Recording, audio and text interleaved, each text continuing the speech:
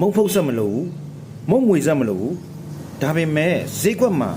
အယောင်ရဆုံးမုံတစ်ခုကိုကျွန်တော်တို့လုပ်လို့ရတယ်အဲ့ဒီမုံကိုအင်္ဂလိပ်မုံလက်ကောက်ဒိုနတ်လို့ခေါ်တယ် let's do it ကိတ်ချုံ900ပေါင်ချုံ300 yeast က30နှုတ်နဲ့5 gram နှုတ်မုံ30ကျုပ်နဲ့3လုံးကျုပ်တစ်လုံးလုံးကတစ်လုံးတခြား250ရေက350 ml 32 gram နဲ့ထောပတ်120 gram လိုအပ်ပါတယ်ပထမဆုံး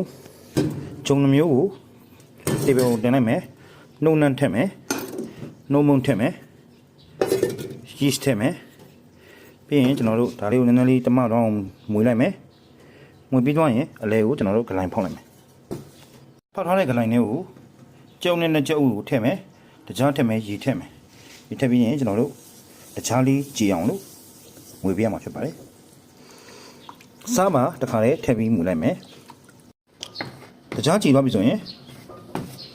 ဂျုံလေးတွေကိုဖြည်းဖြည်းချင်းထည့်နေတော့မယ်ပြီးရင်လုံးဝလုံသွားအောင်ကျွန်တော်တို့တေးဘယ်ပေါ်မှာပဲနေလိုက်မှာဖြစ်ပါတယ်ဒီလိုလေးနှံသွားပြီဆိုရင်တေးဘယ်ပေါ်မှာအားရှိတဲ့လောက်တာ15မိနစ်ဝန်းကျင်လောက်အားရပါရလားနေပြီတော့ဗျာအားရပါရ10မိနစ်ကနေ15မိနစ်လောက်နေပြရမှာဖြစ်ပါတယ်မုံသားတော်တော်လေးညံ့လာတဲ့အချိန်ကျမှထောက်တဲ့ထည့်မှမယ်ထောက်တဲ့ထည့်ပြီးနေပဲကျွန်တော်တို့အားရပါရနေပြရမှာဖြစ်ပါတယ်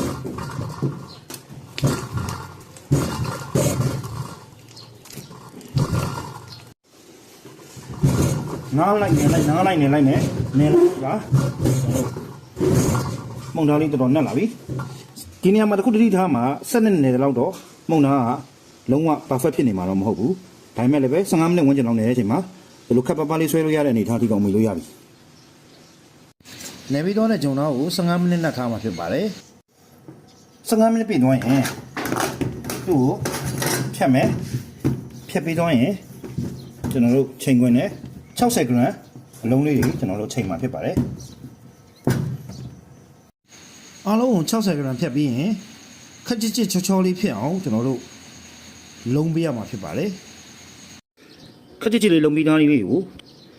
ခက်ချစ်ချစ်လေးစီပြီးတော့15မိနစ်လောက်အနားပေးမယ်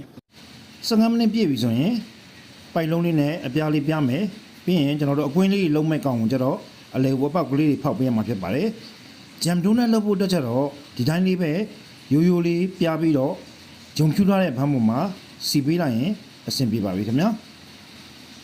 အားလုံးပြလို့ပြီးသွားရင်နောက်ဘန်းလေးတစ်ဘန်းနဲ့လေးလုံးအောင်အုပ်ပြီးတော့အခန်းပူချိန်မှာပဲအချိန်တနားရီခွဲလောက်အပွားခံထားမှာဖြစ်ပါတယ်ခင်ဗျာ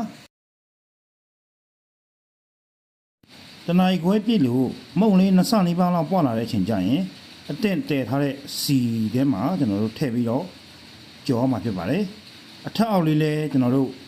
လံပေးရမှာဖြစ်ပါတယ်ဒီနေရာမှာမီးဒီအရန်မများဖို့အတွက်ဂယူးဆိုင်ရမှာဖြစ်ပါတယ်စံလုံးတစ်ခုအနေနဲ့တိတိကျကျပြောရရင်တော့စီရဲ့ပူချိန်ဒီ160နဲ့190ကြားရှိရမှာဖြစ်ပါတယ်ကျွန်တော်တို့ဂျမ်ဒိုနတ်လုပ်ဖို့အတွက်ဒီအပေါင်းမဖောက်ထားတဲ့အကောင်လေးတွေကိုလည်းကျွန်တော်တို့ခုနလိုပဲဒီလိုမီးအေးလေးနဲ့ပဲကျွန်တော်တို့အပေါ်အောက်လံပြီးတော့အချိန်လေးယူပြီးတော့ကြော်ပေးရမှာဖြစ်ပါတယ်မုံနေအားလုံးအေးခံပြီးတော့ရင်အပေါက်ဖောက်ထားတဲ့ကောင်ကိုတပွဲပိုင်းလုပ်ထားတဲ့ချောကလက်နဲ့ကျွန်တော်တို့နှစ်ပေးပြီးတော့အပေါ်ကိုကာလာဘိုးလေးတွေဖြူပြီးတော့အလားဆင်ပေးမှာဖြစ်ပါတယ်ဒီနေရာမှာချောကလက်ဖြူရှိရင်ချောကလက်ဖြူဆွဲပြီးတော့လည်းစိတ်ကြိုက်အလားဆင်လို့ရပါတယ်ကျွန်တော်တို့ကာလာဘိုးနဲ့ပဲအလားဆင်ထားပါတယ်အလုံးတိုင်းကြော်ထားတဲ့ကောင်လေးတွေကိုလည်းလုံးနဲ့အိုင်စင်မတုံးမနဲ့လော်လော်ကူရှာလို့ရတဲ့ကယ်ရီဂရုကိုလေးကိုကျွန်တော်တို့တုပ်လိုက်ပါတယ်ပြီးတော့ရင်အပေါက်ကလေးကျွန်တော်တို့ဖောက်လိုက်မယ်ပေါက်ဖောက်ပြီးသွားပြီဆိုရင်ကျွန်တော်တို့ညီညာလေးစီထားပြီးတော့အဲ့ဒီဖောက်ထားတဲ့အပေါက်ထဲကို blueberry jam သို့မဟုတ် strawberry jam မိမိကြိုက်နေတဲ့ရာဂျမ်လေးတွေကိုအပြည့်လေးနီးပါးကျွန်တော်တို့ညှစ်ပေးလိုက်ရင်ကျွန်တော်တို့ရောင်းရံအဆင်သင့်ဖြစ်ပါပြီခင်ဗျာ